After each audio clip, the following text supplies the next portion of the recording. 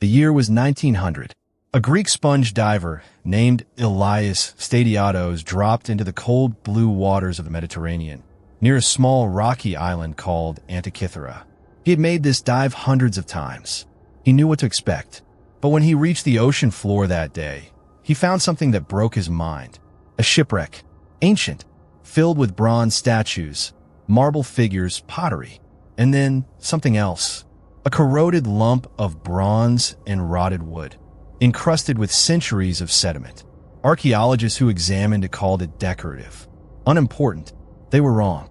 When X-rays were finally taken in 1950, the images showed something impossible, intricate, interlocking gears. Hundreds of them. A mechanism so sophisticated, so precise, that nothing remotely like it was supposed to exist for another 1,500 years. A computer, built in 100 BC. Elias Stadiatos surfaced from that dive screaming. He never fully explained why. And the question that haunted him still haunts us. Who built this? And what else did they build that we haven't found yet? The Antikythera Mechanism wasn't an accident. It wasn't a fluke. It was a whisper from a world we've been taught didn't exist. Because when you start looking, really looking, the evidence is everywhere. Stone blocks carved so perfectly that a human hair can't fit between them. A metal pillar standing in Delhi for 1,600 years without a single spot of rust. Nanotechnology embedded in Roman glass. Structures so massive that the largest cranes operating today would struggle just to lift one block. Mainstream archaeology has a word for all of this. They call it ceremonial, but the evidence keeps telling a different story.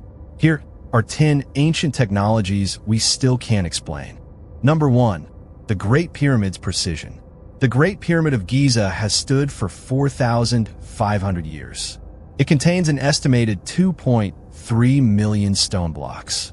Some of those blocks weigh 80 tons. But the mystery was never the size. The mystery is the precision. The base of the pyramid is a nearly perfect square. All four sides differ by just 58 millimeters, a deviation of 0.01%. The corners are exact right angles. The entire structure is aligned to true north with an accuracy of 0.05 degrees. Modern engineers using laser-guided equipment would struggle to match that today. And yet, we're told this was built with copper chisels and wooden sledges. The architect who oversaw every stone, a man named Hinu, died shortly after its completion. Some say he was silenced. Others say he simply took the method with him. Either way, that method has never been found. The pyramid was built during the reign of Pharaoh Khufu, somewhere between 2589 and 2566 BC. Originally, it stood at 146.6 meters, nearly 500 feet tall. For 3,800 years, it was the tallest man-made structure on Earth. Nothing surpassed it until the Lincoln Cathedral in 1311 AD. The outer casing stones, polished white limestone, were fitted so tightly that a razor blade cannot slide between them. Inside, the Grand Gallery features corbelled walls engineered to distribute weight with mathematical precision. This was not primitive construction. This was a level of engineering that took the modern world centuries to rediscover. So how was it built? The mainstream answer is ramps. Thousands of workers dragging 80-ton blocks up mud brick ramps, day after day, for 20 years. But the math collapses immediately. A ramp tall enough to service the upper levels would need to be longer than the pyramid itself, requiring more raw material than the entire structure. And there is no archaeological evidence any such ramp ever existed. Some researchers propose internal spiral ramps. Others suggest the blocks were cast like concrete using a geopolymer process. Chemical analysis has ruled that out. Every proposed solution creates new problems. The method remains genuinely unknown. In 1993, a German engineer named Rudolf Gantenbrink sent a small robot into the narrow shafts inside the pyramid.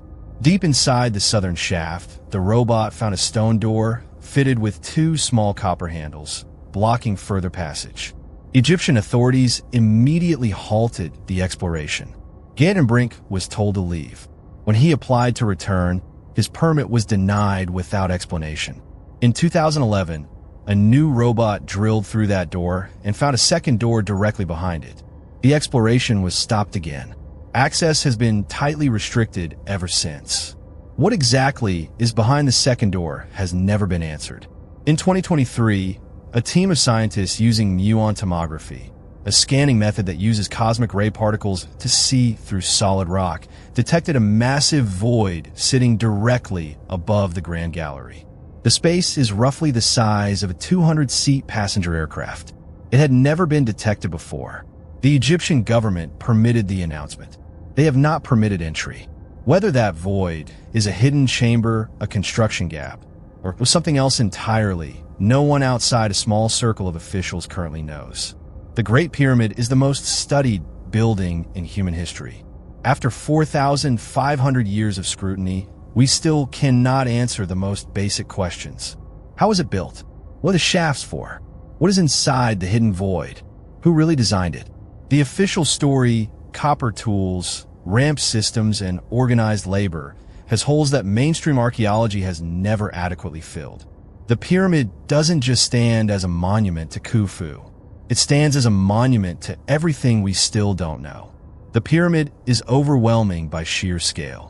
But sometimes the most unsettling mysteries come in small packages. Number 2 on this list is a corroded lump of bronze pulled from the bottom of the sea, roughly the size of shoebox.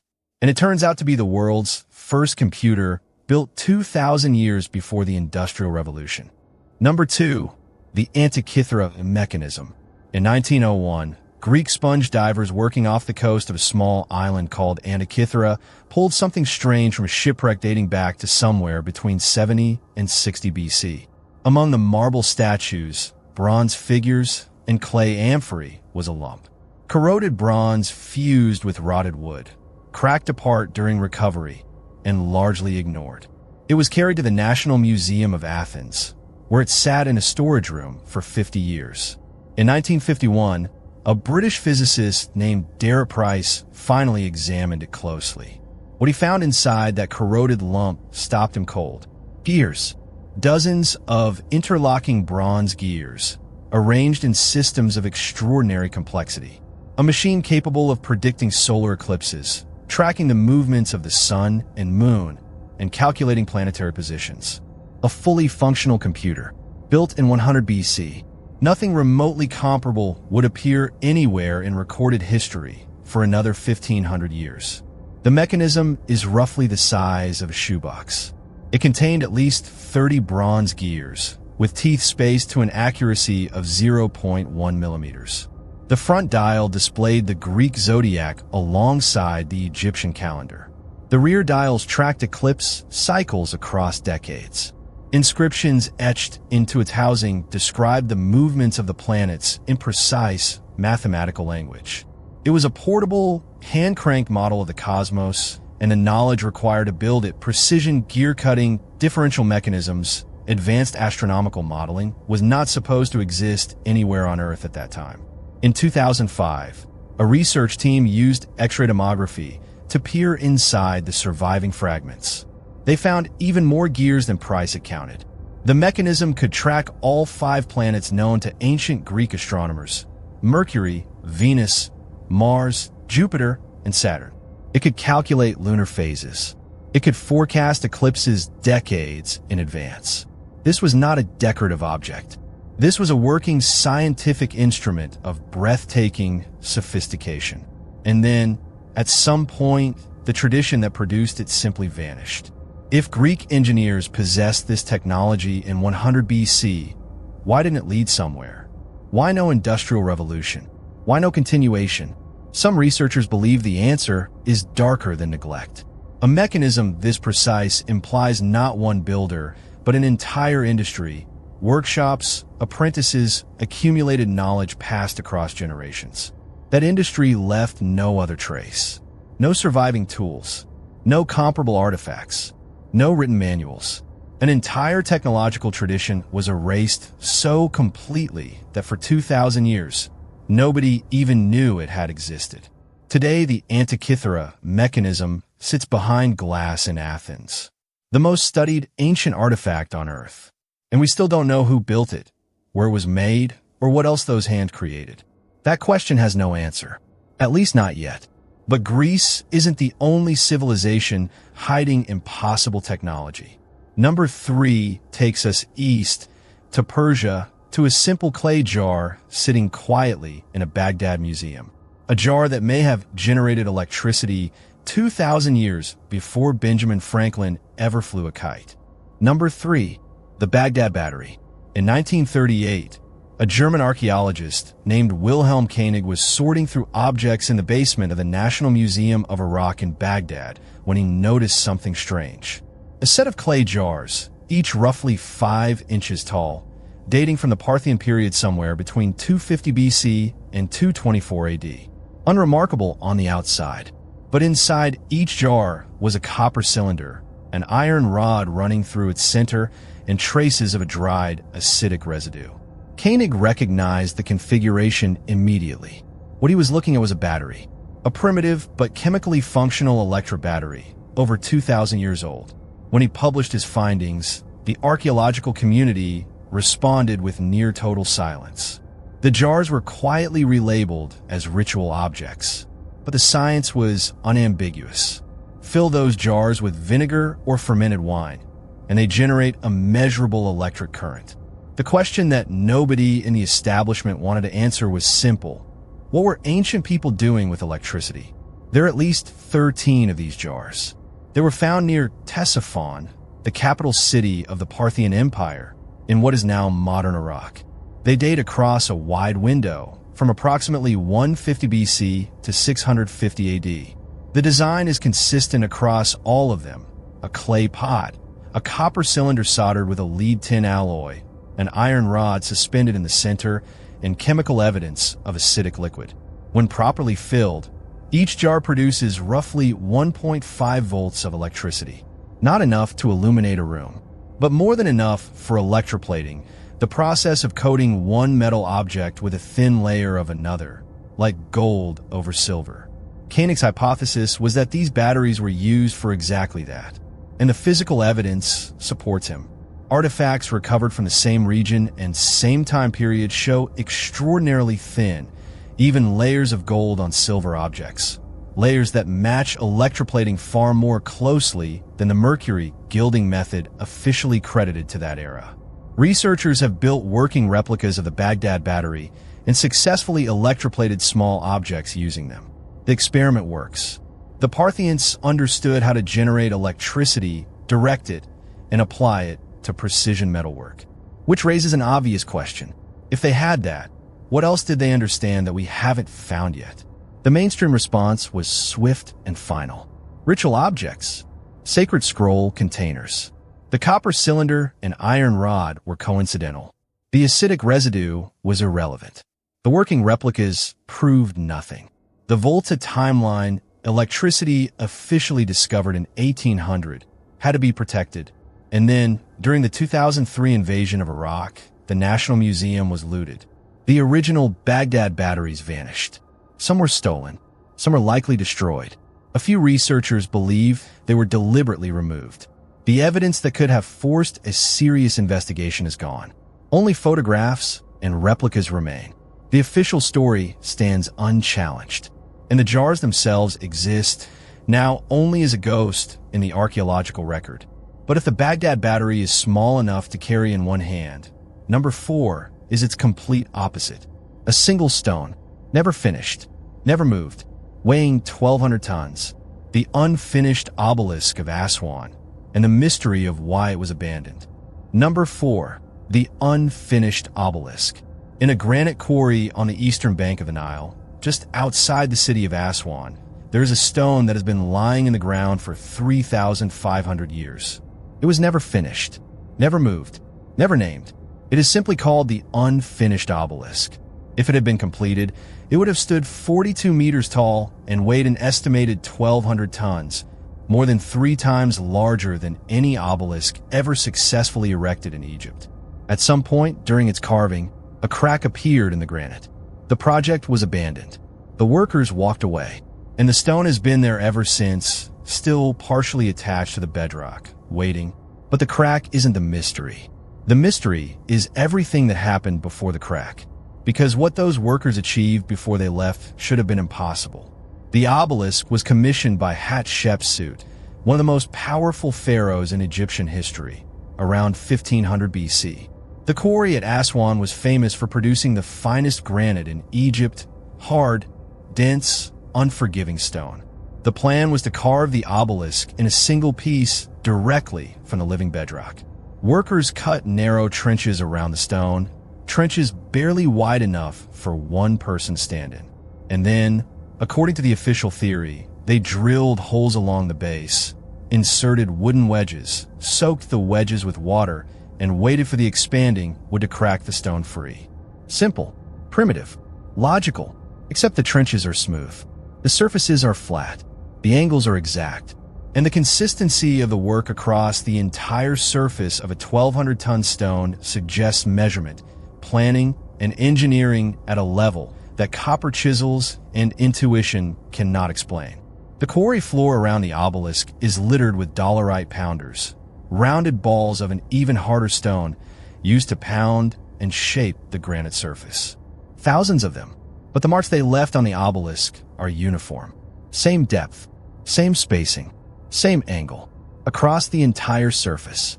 That is not what brute force pounding looks like. That is what precision tooling looks like. No measuring instruments have ever been found at the site. No blueprints. No records describing the method. Bronze chisels, the official tool of choice, are softer than granite. Bronze scratches granite. It does not cut it. To achieve the finish visible on the unfinished obelisk, you need something harder than the stone itself. What that something was, nobody will officially say. Today, the obelisk is a tourist attraction. Visitors photograph it. Guides explain it was built with simple tools. Nobody attempts to replicate it. Nobody takes copper chisels and stone hammers and tries to carve a 1,200-ton granite block to that precision. Because it cannot be done that way. The question that never gets asked on those guided tours is the most important one. If the tools they supposedly used couldn't have made this, then what did? The Egyptians built monuments from stone that still defy explanation. But number 5 takes us to Rome, and to a concrete so advanced, so perfectly engineered, that modern science spent decades trying to reverse engineer it. A recipe that was lost for 1,500 years. And when we finally rediscovered it, what we found was humbling. Number 5, Roman concrete. The Pantheon in Rome has been standing for nearly 2,000 years. Its dome, a single, unreinforced pour of concrete, is still the largest of its kind on Earth. The Colosseum has survived earthquakes, fires, centuries of deliberate looting, and the slow grind of time. Roman harbors built along the Mediterranean coastline are still partially intact, submerged but uncrumbled, after 2 millennia of constant saltwater battering. Modern concrete, by comparison, has a functional lifespan of 50 to 100 years. It cracks, it corrodes, it fails. We patch it, replace it, and watch it fail again. Roman concrete doesn't just survive longer. It gets stronger with age. And when scientists finally broke down the formula, they found something that stopped them cold. The concrete heals itself. When a crack forms, the material seals it.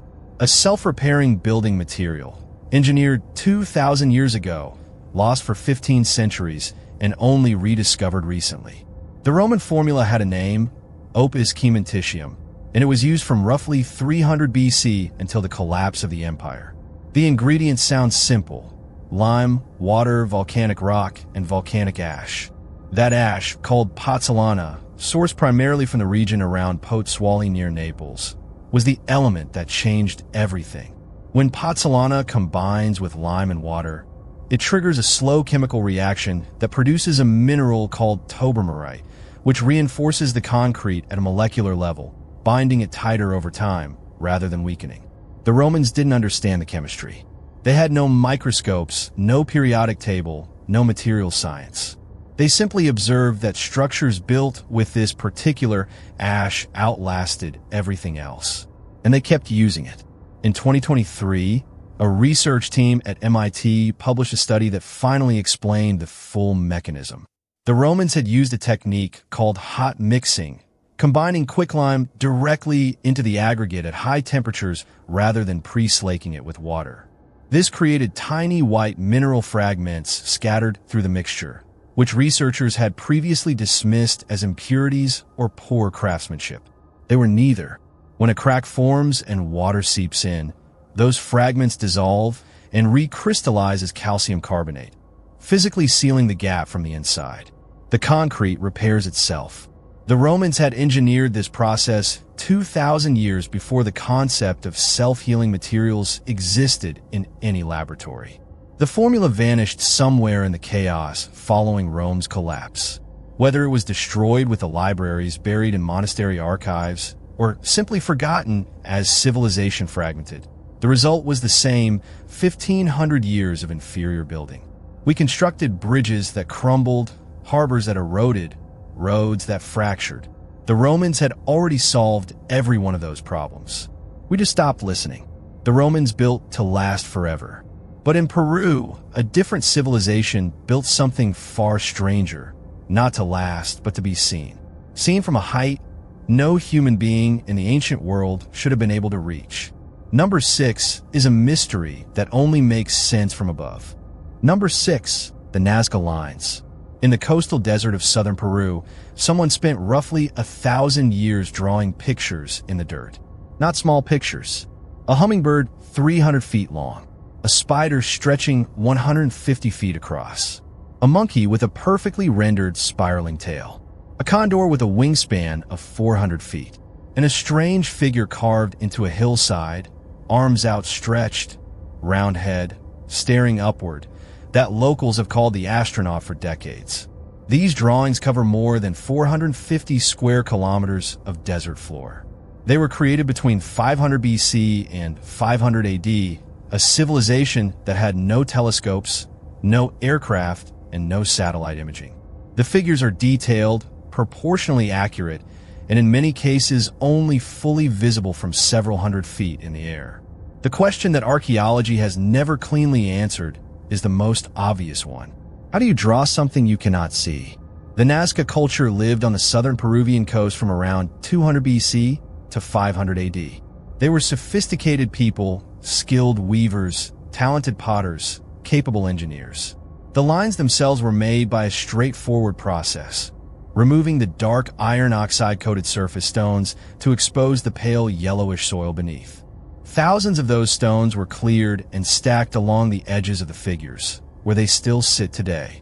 The official explanation for how the designs were planned and executed is ropes and wooden stakes, a grid system scaled up from smaller drawings.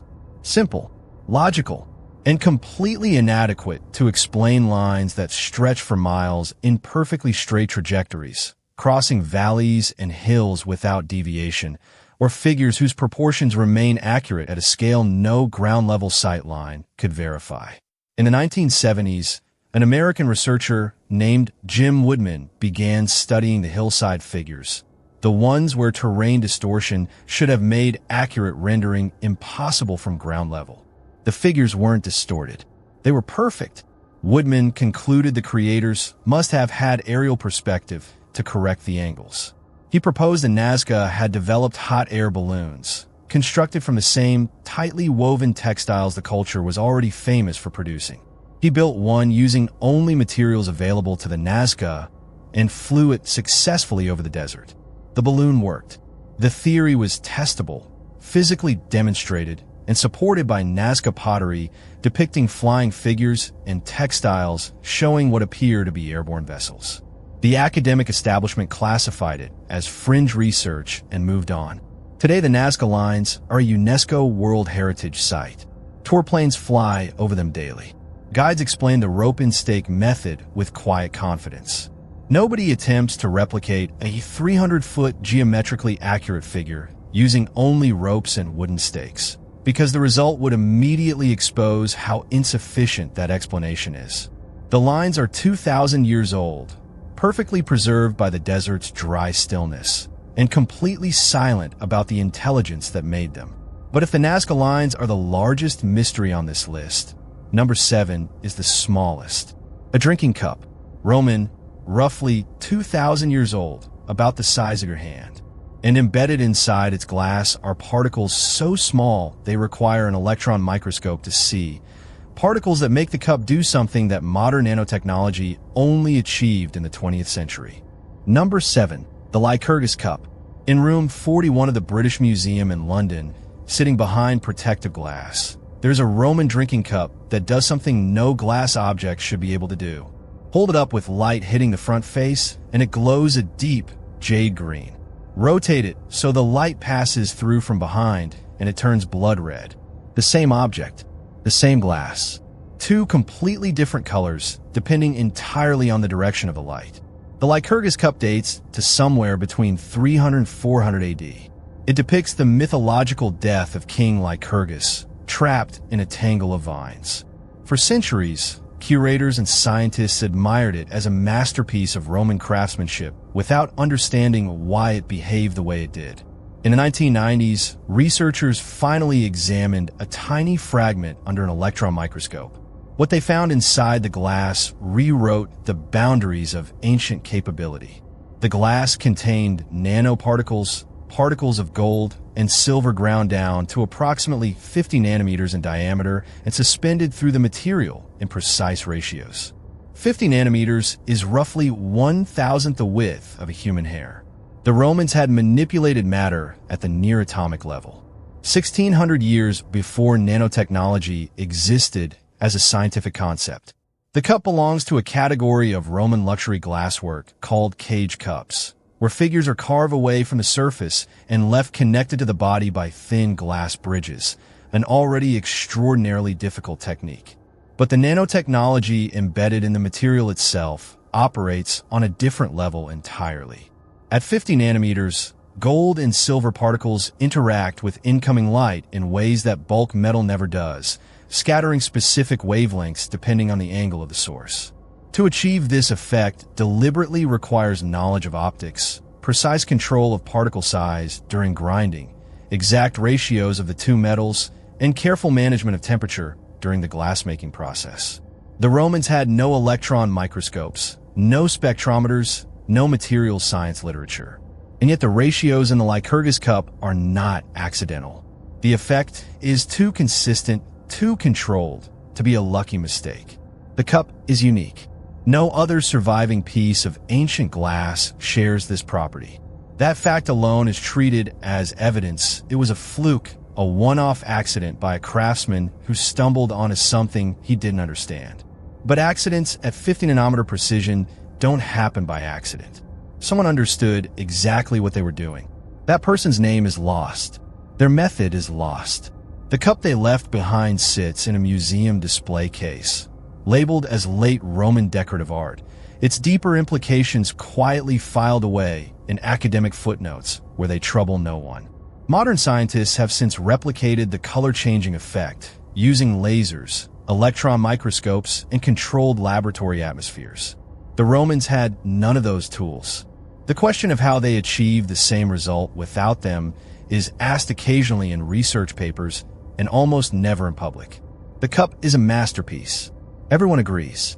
Whether it is also evidence of a scientific understanding that vanished completely from human knowledge for 15 centuries is a question the display label does not raise. From the microscopic to the elemental, number 8 is a column of iron standing in the courtyard of a mosque in Delhi. It is 1,600 years old, and it has never rusted. Number 8, the Iron Pillar of Delhi.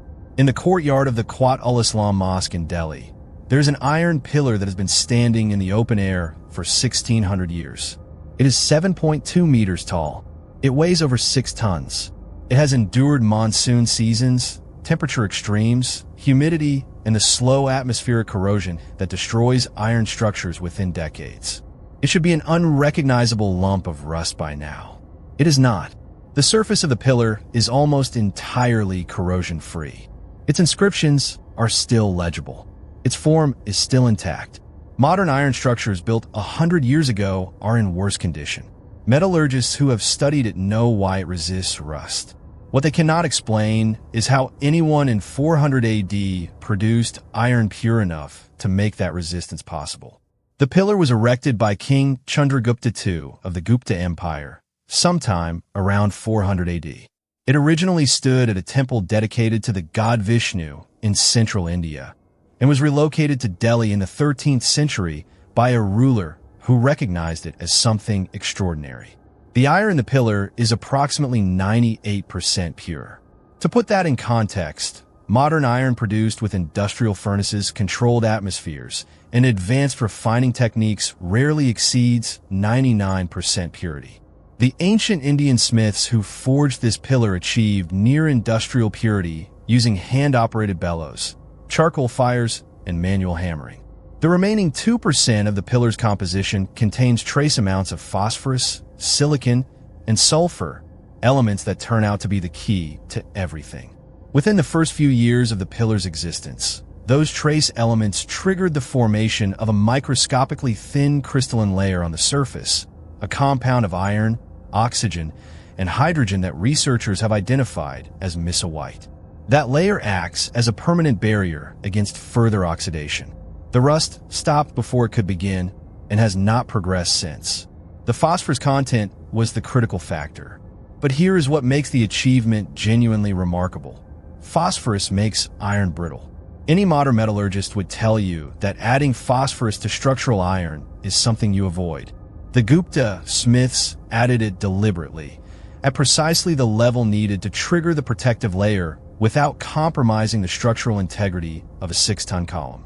They understood the relationship between phosphorus content and corrosion resistance 17 centuries before modern materials science described it. The official answer to how they did it is that they were exceptionally skilled. That answer has stood largely unchallenged. No one has replicated the pillar using equivalent ancient technology. No second pillar with identical properties has ever been found.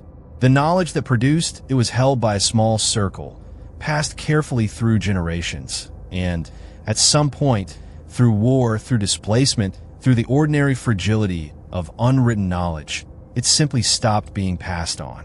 The pillar remains. The method does not. Number 9 is smaller, stranger, and in some ways more unsettling. A collection of tiny gold figurines found in Colombia, dating back over 1,000 years, depicting something that looks remarkably like it has wings, a fuselage, and a vertical stabilizer. The Tolima figurines, and the question of what exactly the ancient people of South America thought they were looking at when they made them. Number 9, the Tolima figurines. In the burial sites of the Tolima region of Colombia, archaeologists have recovered hundreds of small gold figurines created by the Quimbaya culture between 500 and 1000 AD. Most depict recognizable things: frogs, snakes, birds, fish, but some of them depict something that stops people cold the moment they see it. These particular figurines have delta-shaped wings swept back at a precise angle.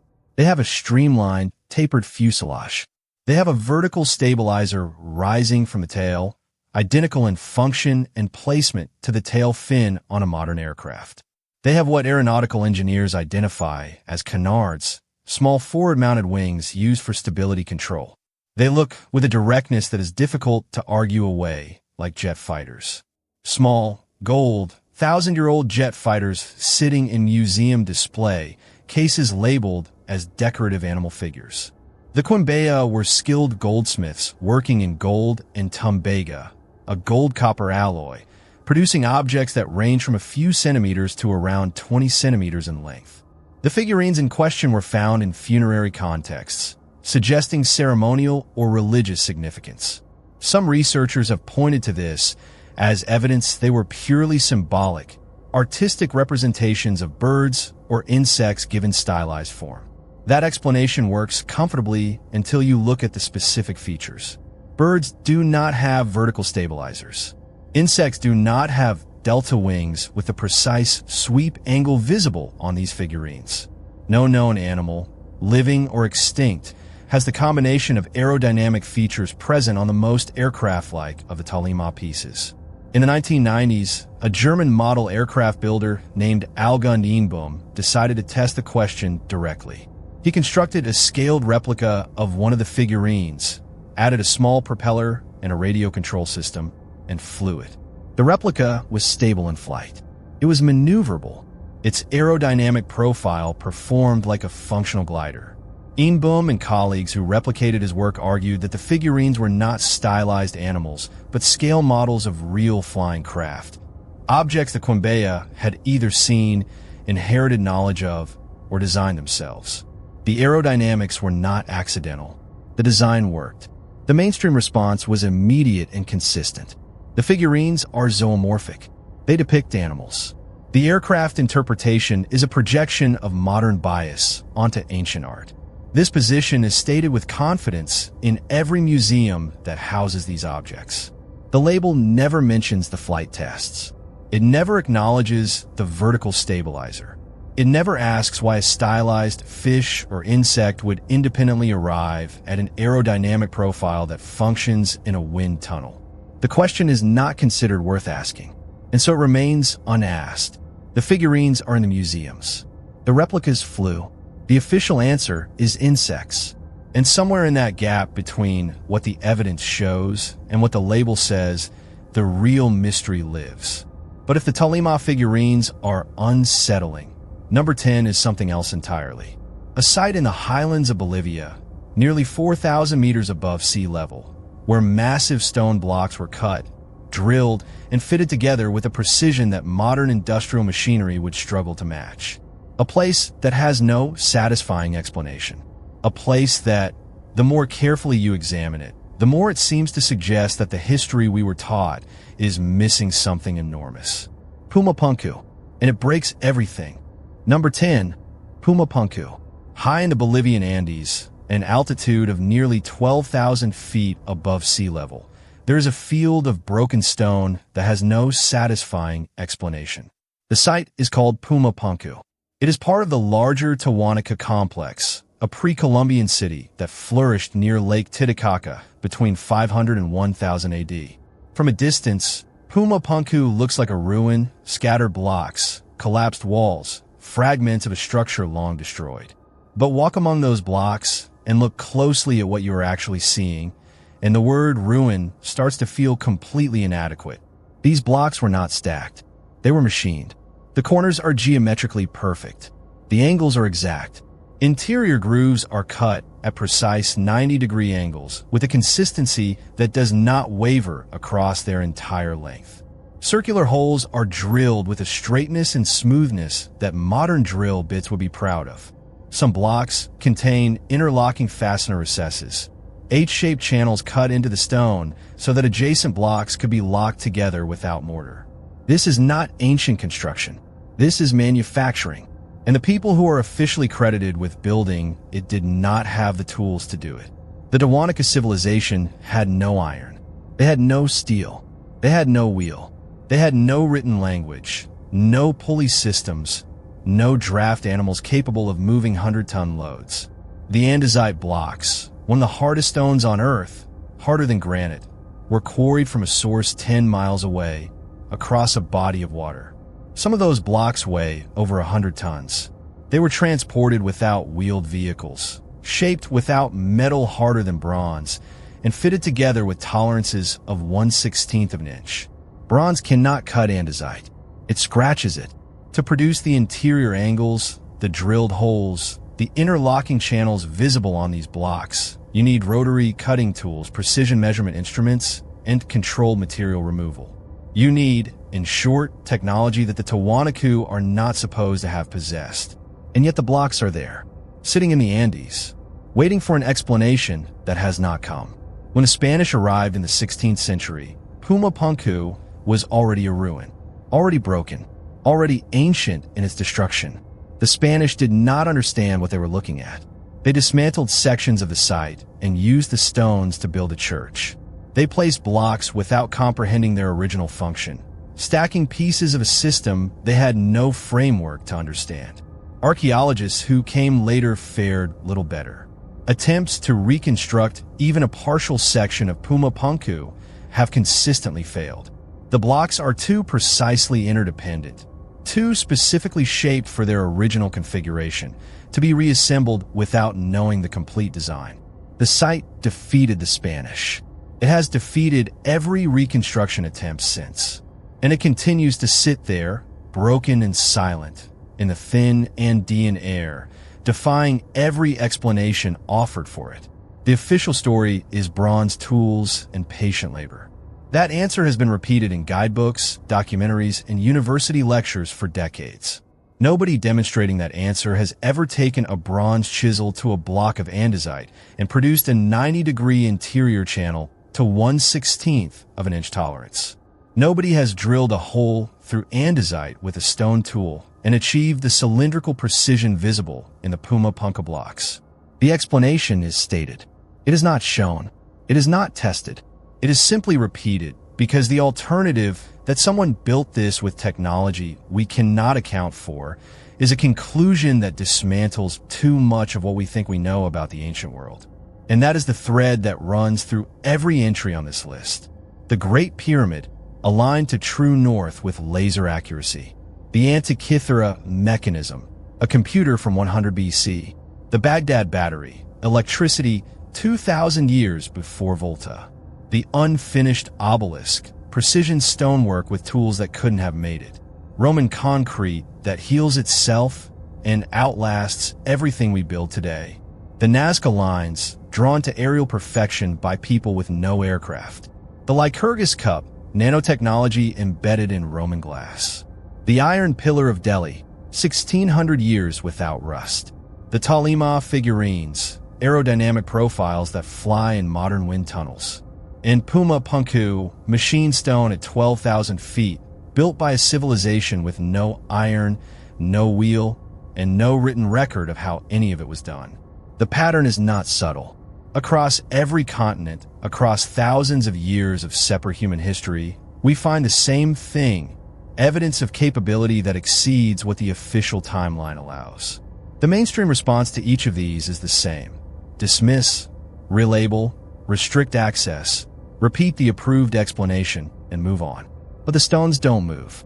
The cup still changes color. The pillar still refuses to rust. The lines are still only fully visible from the air. The evidence does not go away because the explanation is unsatisfying. It stays, it accumulates, and it points with increasing insistence toward a conclusion that archaeology has not been willing to seriously entertain. That the story of human technological development we have been taught is incomplete. That there are people in the deep past who understood things we lost, who built things we cannot replicate, who knew things that vanished through flood, through fire, through war, through the ordinary fragility of knowledge that is never written down. They left these objects behind, these structures, these impossibilities carved in stone and cast in glass and forged in iron, not as mysteries, as messages. The only question still open is whether we are finally ready to read them. We started with a Greek sponge diver surfacing from the Mediterranean, screaming. We end in the Bolivian Andes, standing among 100-ton blocks of machine stone that no official explanation has ever adequately described. In between, we pass through Egypt, Rome, Iraq, Peru, Delhi, and Colombia. We saw a pyramid aligned to true north with an accuracy that embarrasses modern surveying equipment. We saw a computer built in 100 BC that predicted eclipses.